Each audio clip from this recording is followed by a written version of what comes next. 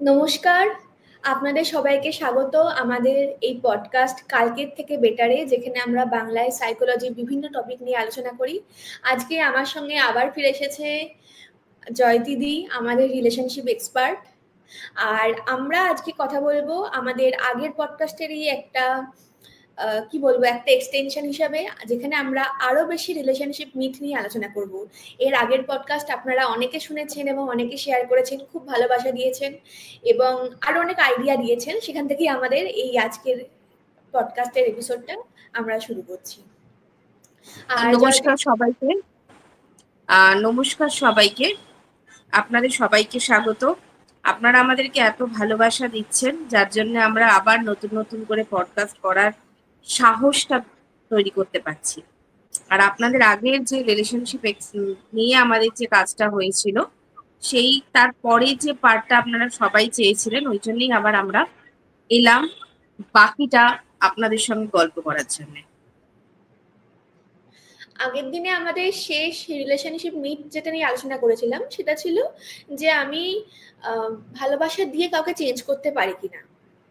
আজকে কিছুটা সেরকম দিয়ে একটা শুরু করছি, সেটা হচ্ছে যে ভালোবাসা বা প্রেম বলি বা আমাদের কানেকশন বলি, সেটাই একমাত্র কোনো সম্পর্ককে বা কোনো রিলেশনশিপ বলুন বা ম্যারেজ বলুন, তাকে টিকিয়ে রাখতে পারে কিনা।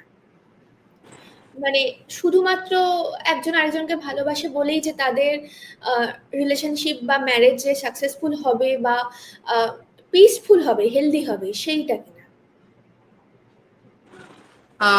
একটা রিলেশনশিপ বা ম্যারেজ, মানে রিলেশনশিপটা যদি হয় তাহলে একরকমের রুলস, ম্যারেজটা একরকমের রুলস। রিলেশনশিপটা নিয়ে যদি বলিস, যে তুই যেটা বললি যে হ্যাঁ পিসফুলের ব্যাপারটা বা এই সবগুলোর ব্যাপারটা রিলেশনশিপে অনেকটা হতে পারে। ম্যারেজে কিন্তু অনেক সময় দেখা যায় দুজন মানুষ, তারা একটা ভালোবাসা না থাকলেও বছরের পর বছর দিনের পর দিন সংসার করে যাচ্ছে। সেটার রেমেডিটা একটু আলাদা। অনেক সময় সামাজিক বাঁধন, অনেক সময় সন্তানের প্রতিপালনের জন্যে। হয়তো আমার যার সঙ্গে বিয়ে হলো, তার সঙ্গে হয়তো আমার মেন্টালি অ্যাটাচড হচ্ছি না, ফিজিক্যালি অ্যাটাচড হচ্ছি না, কিন্তু আমি তার সঙ্গে বছরের পর বছর সংসার করে গেলাম। শুধুমাত্র সামাজিক দায়বদ্ধতা, লোকে আমাকে কি বলবে, সেই মিথ ভেঙে আমি বেরোতে পারলাম না। আমার সন্তানের মুখের দিকে তাকিয়ে, সন্তানকে, বাবা মা যদি ডিভোর্স হয়ে যায়, সন্তানের মধ্যে যে একটা বিশাল বড় প্রভাব সৃষ্টি করে, তার জন্যে আমরা হয়তো সম্পর্কটাকে এগিয়ে নিয়ে গেলাম। আর সেটা সারা জীবন ওই জায়গাটা কিন্তু বহন করে চললাম, কিন্তু আদপে কিন্তু আমাদের মধ্যে সেই ভালোবাসা, মানে দাম্পত্যের যে ভালোবাসা, সেই জিনিসটা নেই। কিন্তু সেখানে দায়িত্ব আছে, সেখানে কর্তব্য আছে, সমস্ত কিছু কিন্তু নিয়ম মাফিকই হয়, কিন্তু সেখানে কোনো না কোনো জায়গাটা ফাঁকা থেকে যায়।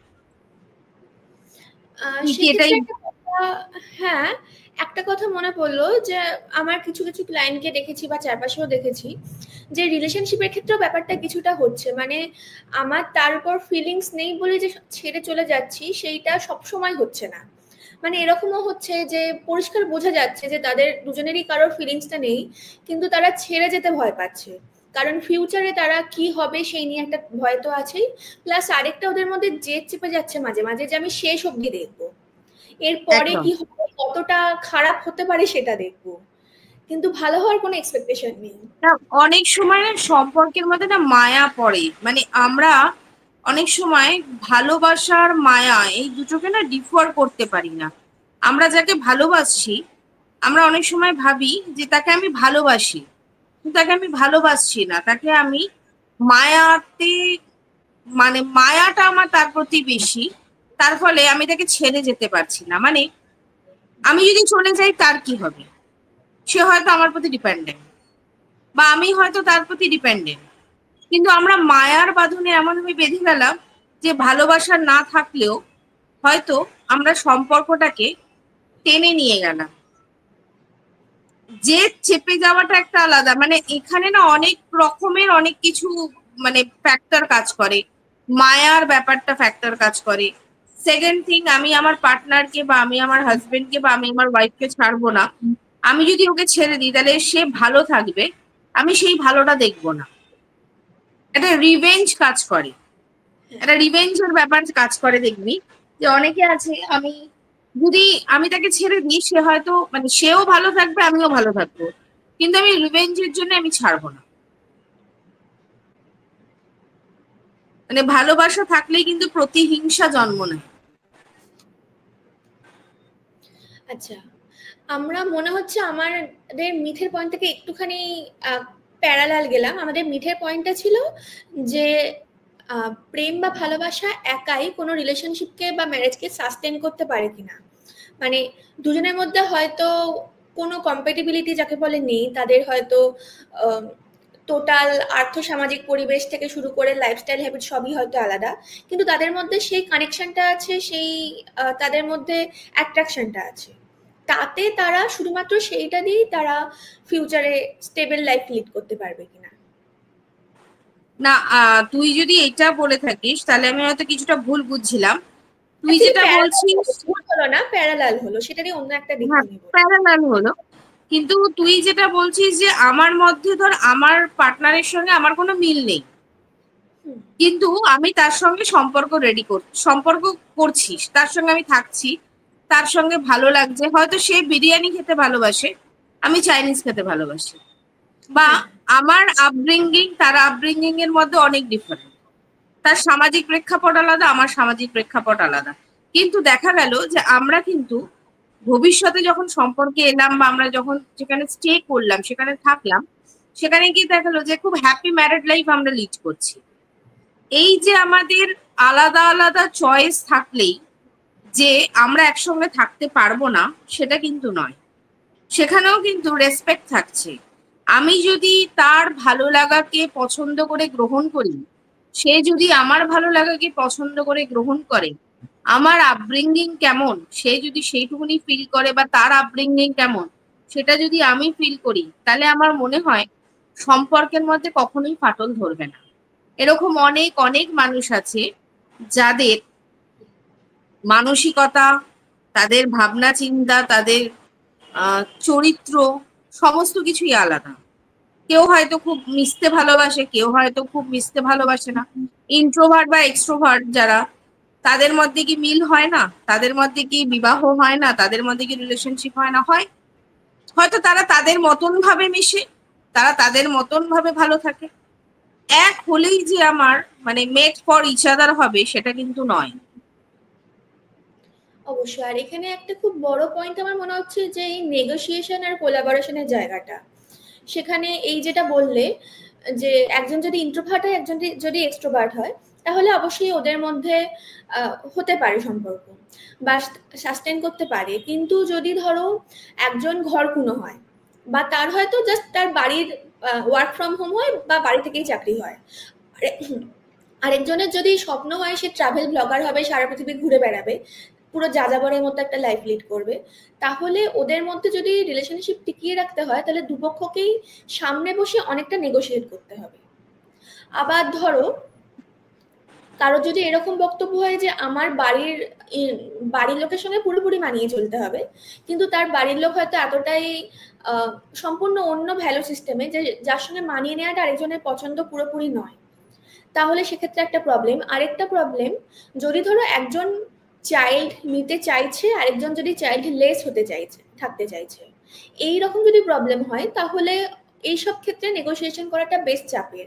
সেক্ষেত্রে আপনারা আপনাদের নিজেদের মধ্যে ডিসকাশনের পাশাপাশি আপনারা কোনো এক্সপার্টের সাহায্য নিতে পারেন, বা আপনার বাড়িতে পরিচিত কেউ থাকলে তার সাহায্যে আপনারা আলোচনা করতে পারেন।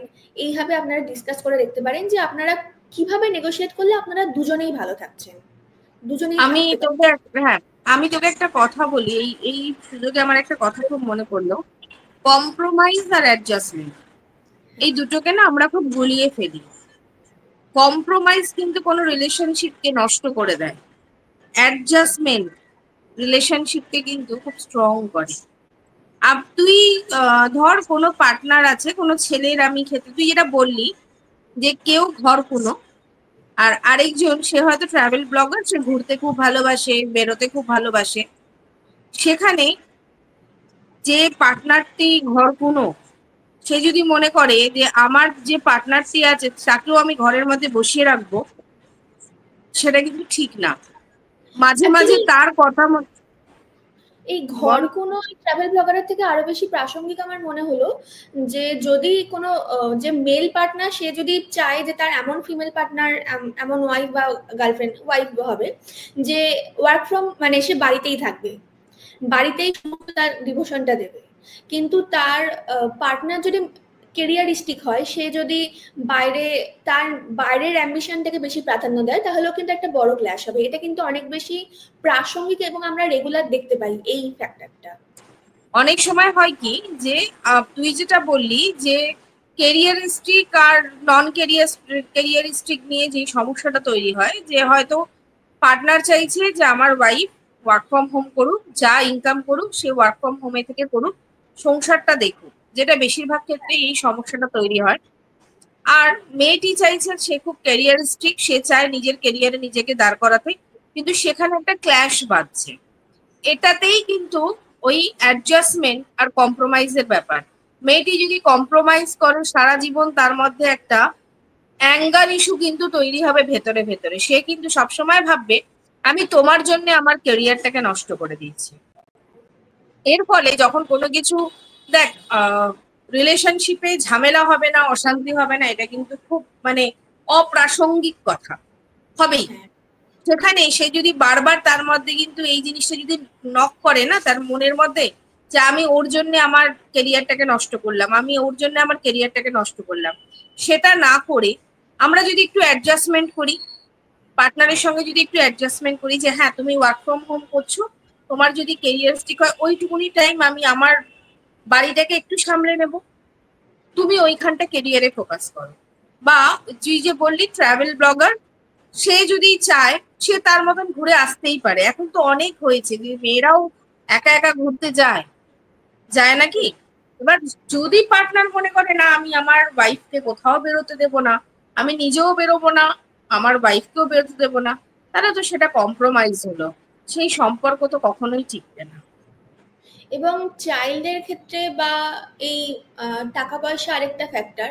সেখানে একজন যদি সমস্ত কিছু উড়িয়ে দিতে চায় আর আরেকজন যদি নিজে একটা কম মোটামুটি একটা ভাবে থেকে সে যদি সবকিছু সঞ্চয় করতে চায়, এইরকম বেশ কিছু ফ্যাক্টরে নেগোসিয়েশন করাটা বেশ শক্ত হয়ে যায়। মানে ট্রাভেল ব্লগিং বা কেরিয়ারের ক্ষেত্রে একটা 50-50টা আমরা আনতে পারি, কিন্তু যখন আমরা চাইল্ড নিয়ে কথা বলবো তখন তো আমরা 50-50 ব্যাপারটা আনতে পারবো না। কারণ তখন তো একজন পেরেন্ট যদি ভাবে যে বাড়িতে বাচ্চা থাকবে কিন্তু আমি তার কোনো দায়িত্ব নেব না, তাহলে তো গোটা ব্যাপারটা অনেক বেশি ডিসফাংশনাল হয়ে যাবে। সেই অবশ্যই। ক্ষেত্রে দুজনকেই তাহলে একই দিকে ফোকাস করতে হবে। একদম। ওই যে কম্প্রোমাইজ আর অ্যাডজাস্টমেন্ট, এই দুটো জিনিস তাকে মাথায় রাখতে হবে। মানে শুধুমাত্র দুজনের মধ্যে ফিলিংস থাকলেই হবে না, তাদের জীবন থেকে তারা যেভাবে দেখতে চাইছে বা যেভাবে বাঁচতে চাইছে তার সব থেকে ইম্পর্টেন্ট যেগুলো, যে গোল বা ভ্যালুস, সেইগুলোর জন্য অন্তত একে অপরের শ্রদ্ধা থাকতে হবে। সবসময় সব অবশ্যই। ভ্যালুস সমান হবে তার কোনো মানে নেই, কিন্তু শ্রদ্ধাটা রাখতে, শ্রদ্ধাটা যেমন ধর, যেমন ধর আমরা যখন মেট্রোতে যাতায়াত করি, আমরা যখন বাসে যাতায়াত করি, আমার পাশে যে লোকটি রয়েছে, আমি যদি সেই লোকটাকে একটু ছোট জায়গা দিই তাহলে হয়তো সেই লোকটি বসতে পারবে। সেটা কিন্তু আমার কম্প্রোমাইজ হলো না, সেটা আমার অ্যাডজাস্টমেন্ট হলো। হ্যাঁ, এবার আমি যদি মনে করি না আমি ওই জায়গাটা ছাড়বো না, ওটা আমার জায়গা, তাহলে কিন্তু আমার আমার মনে হচ্ছে আমি কেন ওর জন্য কম্প্রোমাইজ করব, সেই ও আমার কে হয়। এইটুকুনি জায়গা কিন্তু প্রতিটা মানুষকে, যারাই রিলেশনশিপে আসতে চাইছো, যারা রয়েছো, যারা থাকবে, এই জায়গাটাকে খুব ভালোভাবে তোমরা কিন্তু বোঝো যে কম্প্রোমাইজ করছো না অ্যাডজাস্টমেন্ট করছো। অবশ্যই। এরপরে আমরা যাচ্ছি আমাদের আজকের দিনের সেকেন্ড মিথের কথা, যে আহ, তোমার পার্টনার তোমার জীবনকে কমপ্লিট করছে, তোমার জীবনকে সম্পূর্ণ করছে। আর বা ধরো যে রিলেশনশিপে আছে মানে তার অন্য কোনো অস্তিত্ব নেই, তার পুরো লাইফটাই তার পার্টনারকে নিয়ে। সেটাকে মিথ না হ্যাঁ, আসলে। হ্যাঁ, এটা না এখনকার দিনে না খুব আমি দেখছি। পুজোর সময় দেখলাম বেশ কিছু জায়গায়, মেট্রোতে বল, কেনাকাটা করতে বল, যে পার্টনাররা সবসময় পেছনে পেছনে যাচ্ছে। মানে একটা মেয়ে কানের কিনছে, একটা ছেলে পাশে দাঁড়িয়ে দাঁড়িয়ে সে বলছে না না এটা কিনো না ওটা কিনো, ওটা কিনো না এটা কিনো। তার মানে কি, মানে তার শপিং করার স্বাধীনতা তার নেই, তার পার্টনারের সাথেই তাকে শপিং করতে যেতে হবে। ঘুরতে যাওয়ার স্বাধীনতা তার নেই, তার পার্টনারের সাথেই ঘুরতে যেতে হবে। তাহলে আপনি চিন্তা করে দেখুন, আপনি হয়তো আপনার পার্টনার থেকে জন্মের পর 20 বছর 25 বছর পর পেয়েছেন, এতদিন কি আপনি অসম্পূর্ণ ছিলেন? আপনি কি সম্পূর্ণ ছিলেন না? আপনার পার্টনার আসার পর কি আপনি সম্পূর্ণ হলেন? তার জন্যই কি আপনার পার্টনারকে সব সময় আপনার সঙ্গে থাকতে হবে, আপনার সঙ্গে খেতে হবে, আপনার সঙ্গে ঘুমোতে হবে? একটা ব্যাপার এখন আমি দেখছি, সকালবেলা কেমন আছো, কি করছো, কি না করছো, এই সমস্ত কিছু যেন তাকে দৈনন্দিন জীবনের মতো রুটিন মাফিক তাকে জানাতে হয়। না জানালেই একটা ও মানে, আর এটাও একটা ব্যাপার এখন ফ্যাক্টরের মধ্যে পড়ে দেখবি, আহ বন্ধু বান্ধবদের মধ্যে এই ব্যাপারটা খুব আছে। তোর বয়ফ্রেন্ড তোকে একবারও জানালো না কি করছে, দেখ ও তো আমাকে সবকিছু খবর দেয়। তার ফলে যে জানালো না, যেই মেয়েটিকে বলা হলো যে তোকে কি জানালো না, তাহলে কি তোকে ভালোবাসে না, তার মধ্যে কিন্তু একটা সন্দেহের বীজ বপন হলো, যে আমাকে জানাচ্ছে না তার মানে আমি কিন্তু মানে ঠিকঠাক নই, মানে আমার বয়ফ্রেন্ডই ঠিকঠাক নয়, ও জানাচ্ছে তার মানে ও ঠিকঠাক। এই মিথ্যা তুই মানে এটা তুই দেখেছিস হয়তো, এখনকার দিনে এইটা একটা খুব মানে খুব চলন হয়েছে। তোর কি মনে হয়? অবশ্যই, এবং এর কাছাকাছি আহ, অবশ্যই এটা ব্যাপারটা যেটা, দাঁড়াও একটু ভেবে নি। পার্টনার কমপ্লিট হলে, হ্যাঁ, আর এক্ষেত্রে আরেকটা ব্যাপার হয় এখনকার দিনে যে ট্রেন্ড হলো, অনেকে মানে তারা টিনেজ থেকে হয়তো 10 বছর বয়স থেকে পুরো ভেবে রাখে যে আমি যখন কাপল হব আমি এই পোজে ছবি তুলবো। এবং পুজোর সময় আমি এরকম অনেককে দেখেছি যাদের মেন দুঃখ হচ্ছে জীবনে তারা কাপল রিলস গুলো বানাতে পারছে না, তারা রিলেশনশিপে নেই বলে তাদের দুঃখ হচ্ছে না, তারা এরকম কোনো পজিটিভ কোনো কারণে হয়তো দুঃখ হচ্ছে না, মানে হেলদি কোনো কারণে হয়তো দুঃখ হচ্ছে না, তাদের দুঃখ হচ্ছে কারণ তারা এই কাপল পিকটা দিতে পারছে না, তারা একসঙ্গে অষ্টমীর অঞ্জলি দিতে পারছে না, তাদের এই পুজোর জামা টুইন করার মতো কেউ নেই, তাদের রিল পাঠানোর মতন কেউ নেই, এইরকম একটা সোশ্যাল মিডিয়া তৈরি করা একটা ফাঁকা জায়গা আছে। এবং এরকম একটা কথা আমি আমাদের জেনারেশনের লোককেও বলতে শুনেছি কয়েকজনকে, যে পার্টনারকে পাওয়া নিয়ে একটা ওদের মধ্যে খুব ডেসপারেশন আছে, তারা বলছে যে আমাদের জীবন শুরু করব কবে।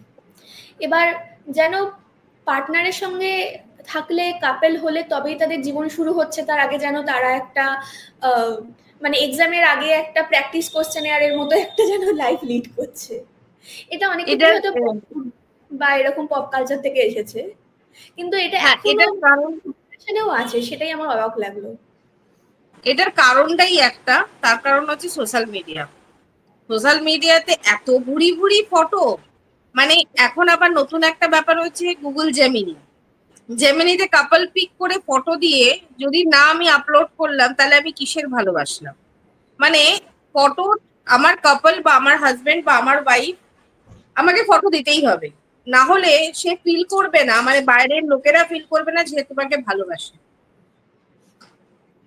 অবশ্যই, এবং এরকমও দেখেছি তাদের হয়তো অ্যাকচুয়ালি প্রচন্ডই টক্সিক রিলেশনশিপ, প্রচন্ডই ব্রেকআপের মুখে বা এক্স্যাক্টলি। এরকম, কিন্তু তারা আবার প্যাচ আপ করে নিচ্ছে পুজোটুকুর জন্য বা প্যাচআপ জন্মদিনের। করে নিচ্ছে না, হ্যাঁ প্যাচআপের থেকেও বড় কথা হচ্ছে ওইটুকুনি ফটো তোলার জন্য এমন একটা ব্যাপার দেখাচ্ছে যে আমাদের রিলেশনশিপটা কত হেলদি, কিন্তু ফটোটা তোলার পরে একজন আরেকজনের থেকে হয়তো দূরে সরে গেল।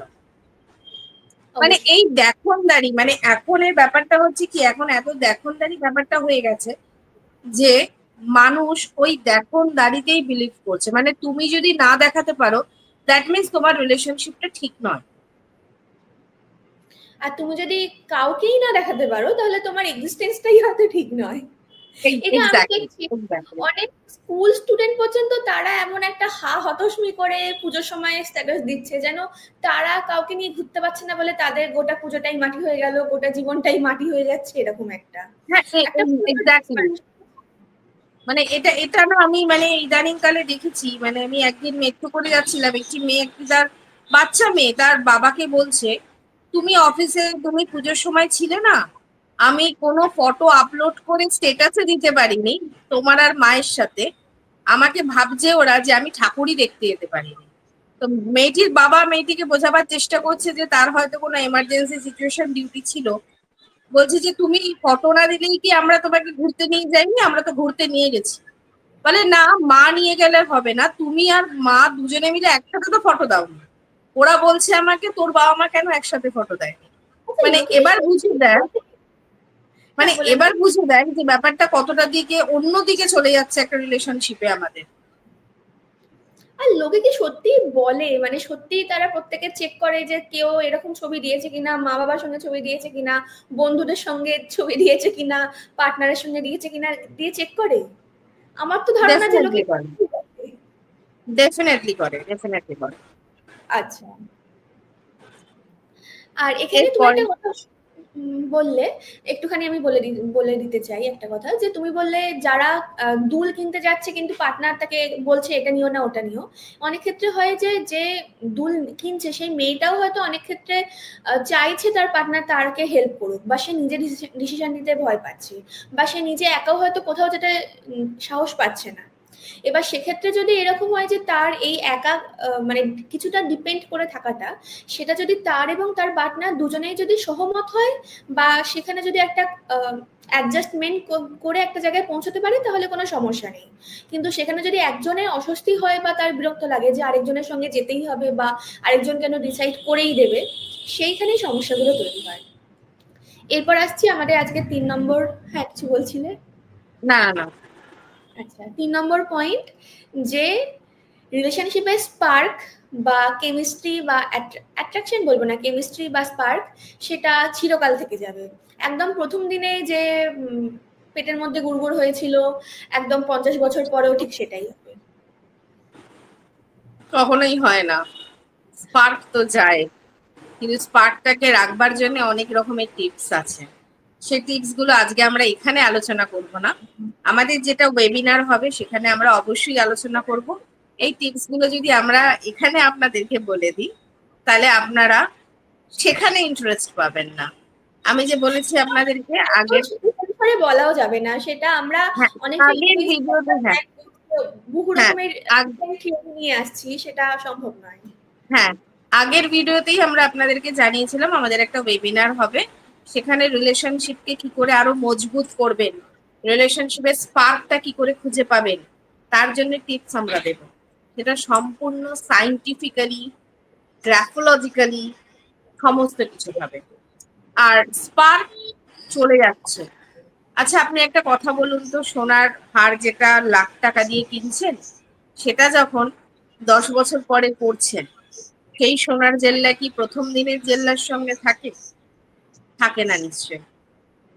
সোনাটা যদি এত মূল্যবান, হিরেটা যদি এত মূল্যবান হয়েও আস্তে আস্তে স্পার্ক শেষ হতে থাকে, তাহলে রিলেশনশিপের স্পার্কটা কি করে একরকম থাকবে? এটা কখনোই পসিবল না। কিন্তু মাঝে মাঝে বুস্ট আপ কি করে হবে, সেটা পসিবল। সেটাতে দুজনের আন্ডারস্ট্যান্ডিং, দুজনের অ্যাডজাস্টমেন্ট, দুজনের ওই কম্প্রোমাইজটা না বলে আমি বারবার বলি অ্যাডজাস্টমেন্ট, আর দুজনের একসঙ্গে থাকার মানসিকতা, তাহলেই দেখবেন স্পার্ক ঠিক থাকবে। মাঝে মাঝে একটু পরিষ্কার পরিচ্ছন্ন করতে হবে স্পার্কটাকে, এটাই যা। অবশ্যই। আর আমি আরেকটা পয়েন্ট বলছি, যে রিলেশনশিপের প্রথম দিকে যেটা স্পার্ক বা কেমিস্ট্রি বলা হয়, তার একটা বড়সড় পার্ট থাকে আমাদের কর্টিসল হরমোন, মানে আমাদের স্ট্রেস হরমোন যেটাকে আমরা বলি। আমরা যেহেতু একজন নতুন পুরো সম্পূর্ণ নতুন একজন মানুষের সঙ্গে, কিংবা চেনা মানুষের সঙ্গে কোনো নতুন ব্র্যাকেটে নতুন পরিচয় আমরা যখন আসছি, তখন একটা অজানা, একটা হালকা আশঙ্কা, একটা উত্তেজনা থাকে। সেইটাকে আমরা অনেকেই স্পার্ক বলে ভুল করি। এবার সেই সম্পূর্ণ নতুন মানুষের সঙ্গে আমরা যেটা নিয়ে হালকা উত্তেজিত হচ্ছি, ভয় পাচ্ছি, 20-30 বছর পরেও যদি সেই ভয়টা, সেই স্ট্রেস হরমোনটা আমাদের মধ্যে যদি রাইজ করে, তাহলে তো বুঝতে হবে যে তার মধ্যে একটা টক্সিসিটি আছে, কারণ আমরা সেই কমফোর্ট জোনটা পাচ্ছি না। তো সেই স্পার্ক হিসেবে থাকাটাও হয়তো খুব একটা হেলদি নয়। এবং এই অ্যাট্রাকশনটার যেভাবে আমরা দেখি, বা যেভাবে বলিউড বা বিভিন্ন আমাদের বইও যেভাবে আমাদের দেখায়, গল্পের বই বা সিনেমা ওয়েব সিরিজ যেভাবে দেখায়, যে হয়তো কথা বলতে পারছি না, এত চমকে গেছি, পুরো হয়তো আমাদের নিজের নাম ভুলে গেছি, এরকম একটা পুরো অবস্থা। সেই অবস্থা থেকে আমরা যত রিলেশনশিপ এগোয় তত আমরা আর অনেক বেশি কমফোর্টেবল হতে থাকি, এবং সেটা হয়তো বেস্ট ফ্রেন্ডের মতো একটা কমফোর্টেবল, একটা কেমিস্ট্রিতে কমফোর্টেবল একটা ডাইনামিক্সে পরিণত হয়। এবং সেই ক্ষেত্রে স্পার্ক কমে গেছে মানে এই নয় যে আমাদের রিলেশনশিপের যে ঘনিষ্ঠতা বা আমাদের যে কমফোর্ট জোন সেইটা কমে গেছে, বরং যেভাবে আমরা দেখছি, যে রূপে রিলেশনশিপটা দেখা দিচ্ছে, সেইটা হয়তো চেঞ্জ হচ্ছে। আমাদের এই পার্থক্যটা হয়তো করতে জানতে হবে। একদম। এরপরে আমরা আসছি আরেকটা এরকম বলিউডি মিথ নিয়ে, সেটা হচ্ছে with the right person everything is easy. যদি আমার সামনের জন যদি ঠিক হয়, যদি আমার জন্য ঠিক হয়, তাহলে কোনো সমস্যা হবে না, কোনো রকম প্রবলেম হবে না, সবকিছু খুব সহজে হবে। এবং যদি আমার সম্পর্কে সমস্যা থাকে, তার মানে আমার সামনে যিনি আছেন তিনি আমার জন্য ঠিক নন। এইটা নিয়ে একটু বলো। এখন এই জিনিসটা খুব উঠেছে যে সম্পর্কে আমরা মনে করি একটা মানুষের সঙ্গে 2 ঘন্টা, 3 ঘন্টা, 5 ঘন্টা, 10 ঘন্টা, প্রতিদিন 2 ঘন্টা করে দেখা হচ্ছে, কথা হচ্ছে, আমরা সেই মানুষটাকে কিন্তু খুব ভালোভাবে চিনে গেছি। এই মানুষটার সঙ্গে সংসার করার জন্য আমরা রেডি, আমরা এগোলাম, বিবাহ হলো বা না হলো, রিলেশনশিপ, লিভ ইন রিলেশনশিপে আমরা থাকতে শুরু করলাম বা বিয়ে করলাম। তারপরে মনে হলো মানুষটার সঙ্গে 24 ঘন্টা থাকার পর মানুষটার কিছু বদ অভ্যাস আছে, যেই অভ্যাসগুলো আমি আগে থাকতে জানতাম না। এই মানুষটাকে আমার পারফেক্ট বলে মনে হয়েছে যে এই পারফেক্ট মানুষটার জন্য আমি সবকিছু করতে পারি, এই মানুষটাই আমার কাছে শ্রেষ্ঠ। কিন্তু আফটার আমি যখন একসঙ্গে থাকতে শুরু করলাম, 24টা ঘন্টা ওনাকে ঘুম থেকে উঠে ওকে দেখছি, রাত্রিবেলা শুতে যাওয়ার আগে ওকে দেখছি, তখন আমার মনে হলো যে না, আমার তো কিছু কিছু জায়গায় ওই মানুষটাকে মনে হচ্ছে যে পারফেক্ট নয়। তার ফলে কি, রিলেশনশিপটাকে ভেঙে দাও, যেটা এখনকার দিনে খুব ট্রেন্ড হয়ে গেছে। আমি ওর সঙ্গে থাকতে পারছি না, দ্যাটস ওয়াই আমাকে ডিভোর্স নিতে হবে বা রিলেশনশিপ আমি ব্রেক করে দেবো, আমি থাকতে পারছি না। এই যে জিনিসগুলো, এই জিনিসগুলো যে এর মধ্যে হচ্ছে, এখান থেকে একটু বেরিয়ে আসার চেষ্টা আমাদের করতে হবে। আমি আবার বলবো, কম্প্রোমাইজ আর অ্যাডজাস্টমেন্ট, একটু অ্যাডজাস্টমেন্ট, আপনি একটু একটা পা আপনি বেরান, উনিও একটা পা এগোন, তবেই তো সম্পর্কটা রেডি হবে। আপনি যদি মনে করেন যে সে পারফেক্ট, পারফেক্টের জন্য মানে সেই মানুষটাই পারফেক্ট, সেই মানুষটা আমার কাছে পারফেক্ট, আমি তার জন্য সবকিছু করেছি, এই মানসিকতা মানে খুব বেশি এক্সপেকটেশন কোনো মানুষের জন্য রাখবেন না, তাতে আপনাদের বেশি কষ্টটা হবে যখন সেটা ভাঙবে। এটাই আমার বলে মনে হয়। তোর এটা কি মনে হয়? উল্টো একটা পিট আমি দেখাতে চাইছি যে আমরা নিজেরা যে সবসময় ঠিক কাজ করি, ঠিক ডিসিশন নিই, ঠিকভাবে রেসপন্স করি, সেরকম না। আমরা হয়তো নিজেদের ঝগড়া হলে আমরা হয়তো সরি বলতে চাইছি না, বা আমরা হয়তো বেশি রাগ করে থাকি, আমরা হয়তো নিজেরাই সন্দেহ করছি, কিংবা আমরা হয়তো কেউ কমপ্লিমেন্ট করলে সেটাকে গ্রহণ করতে পারছি না, সেটা হয়তো আমরা ট্রিগার্ড হচ্ছি। বা আমরা প্রত্যেকটা মানুষ তো আমাদের ছোটবেলার বিভিন্ন পরিবেশ, বিভিন্ন অ্যাটাচমেন্ট স্টাইল, বিভিন্ন আগের রিলেশনশিপের তিক্ততা, এরকম অনেক কিছু নিয়ে আমরা আসছি। বা হয়তো আমাদের কেরিয়ারের জন্য আমরা রিলেশনশিপে টাইম দিতে পারছি না, সেক্ষেত্রে আমাদের তরফ থেকেও কিছু ঘাটতি বলবো না, কিছু থাকতে পারে যেগুলো আমাদের ক্যালিব্রেট করতে হবে, সেগুলো আমাদের হিল করতে হবে। এবং তার জন্য আমাদের টোটাল রিলেশনশিপটাই প্রবলেম হতে পারে বেশ কিছু। এবার যখন আমরা একটা হেলদি রিলেশনশিপে থাকবো, তখন আমরা সেই সাপোর্টটা পাবো আইডিয়ালি, যাতে আমরা সেখান থেকে বেরিয়ে আসার সুযোগটা পাই, সেই সাপোর্ট, সেই সহানুভূতি, সেই রেসপেক্টটা পাবো। আর তাতে সামনের জন্য তাদের যে ব্যাগেজ আছে, তার যে সমস্যাগুলো আছে, সেখান থেকে সেও বেরিয়ে আসতে পারে। ওই জন্য অনেক ক্ষেত্রে দেখা যায়, বিশেষ করে আমরা হয়তো আগের জেনারেশনের অ্যারেঞ্জ ম্যারেজে কিছু দেখেছি, যে আজ থেকে 20 বছর আগে বা বেশ কয়েক বছর আগে প্রথম যখন তাদের প্রথম রিলেশনশিপ বা ম্যারেজ স্টার্ট হয়, তাদের হয়তো সেরকম বনিবনা ছিল না সেরকম, কিন্তু বছরের পর বছর তারা থাকতে থাকতে তাদের মধ্যে একটা ভালো বন্ধুত্ব তৈরি হয়েছে। তাদের মধ্যে সেই বিভিন্ন যে যে ইনকম্প্যাটিবিলিটিগুলো সেগুলো তারা অ্যাডজাস্ট করে কথা বলে নিজেদের মতো একটা কিছুটা শিফট হয়ে তারা এমন একটা সিঙ্ক্রোনাইজেশনে এসেছে, তাতে খুব ভালোভাবে তাদের রিলেশনশিপটা হেলদি ওয়েতে এগোতে পারছে। সেটাও একটা ব্যাপার যে কাজ হয়তো নিজেদের উপরও করতে হয়, রিলেশনশিপের বাইরেও নিজের উপর করতে হয়, করা উচিত, এবং রিলেশনশিপের মধ্যে থাকলে তো করতেই হয়। বরং রিলেশনশিপে এলে আরো বেশি করে বোঝা যায় যে আমার মধ্যে কি কি প্রবলেম, প্রবলেম বলবো না, কি কি কি কি ঘাটতি আছে বা কি কি এমন জিনিস আছে যেটা রিলেশনশিপে কিছুটা অস্বস্তি তৈরি করতে পারছে। সেইটা নিয়ে আমাদেরও এগোনোর একটা কথা, একটা ঠান্ডা মাথায় ভাবতে হবে যে কি করে আমরা এগোতে পারি। প্রবলেম হচ্ছে মানেই যে কিছু একটা খারাপ, কোনো একটা খারাপ জিনিস বলেই এরকম প্রবলেম হচ্ছে, তার সেরকম কোনো মানে নেই। একদম। আর এরপরে আজকের লাস্ট মিথটা হচ্ছে মাইন্ড রিডিং করতে পারা। মানে যদি আমার পার্টনার সত্যি আমার পার্টনার হতো, কম্পেটিবল হতো বা আমাকে ভালোবাসতো, তাহলে আমার মনের সব কথা বুঝতে পেরে যেত। আমি চুপ করে আছি মানে আমি যে চাইছি সেটা বুঝতে পারতো, আমি যে চাইছি না সেটাও বুঝতে পারতো। আমি একটু বেশি ইমোট করছি, সেটাকে নর্মালাইজ করে বলছি, কিন্তু আমি যে এই গিফটটা চাইছি সেইটা আমি না মুখে বললেও সে মনে মনে টেলিপ্যাথি করে আবিষ্কার করতে পারতো যে আমি এটা চাইছি। সেইটা নিয়ে একটু বলো, কারণ এটাও এখনকার দিনে খুবই দেখা যায়। তাহলে আপনার পার্টনারকে সবার আগে সাইকোলজি পড়তে হবে, আর না হলে মাইন্ড রিডের একটা কোনো ক্লাসে ভর্তি করে দিন, যেখানে সে সমস্ত কিছু মাইন্ড রিড করে নেবে। কারণ সে কিন্তু একদম টেলিপ্যাথি জেনে সবকিছু আপনার কথা জানতে পারে না। হ্যাঁ, আপনার সঙ্গে দীর্ঘদিন থাকলে সে হয়তো আপনার favourite food, favourite colour, favourite জায়গা, আপনি কি চাইছেন সেটা জানতে পারে, আপনিও যদি জানতে আপনি পারেন। জানেন, এবার যদি আপনি একদম, মুখে হাসি ডেফিনেটলি। মুখে আপনি হাসি চোখে রাগ এরকম হয়ে থাকেন।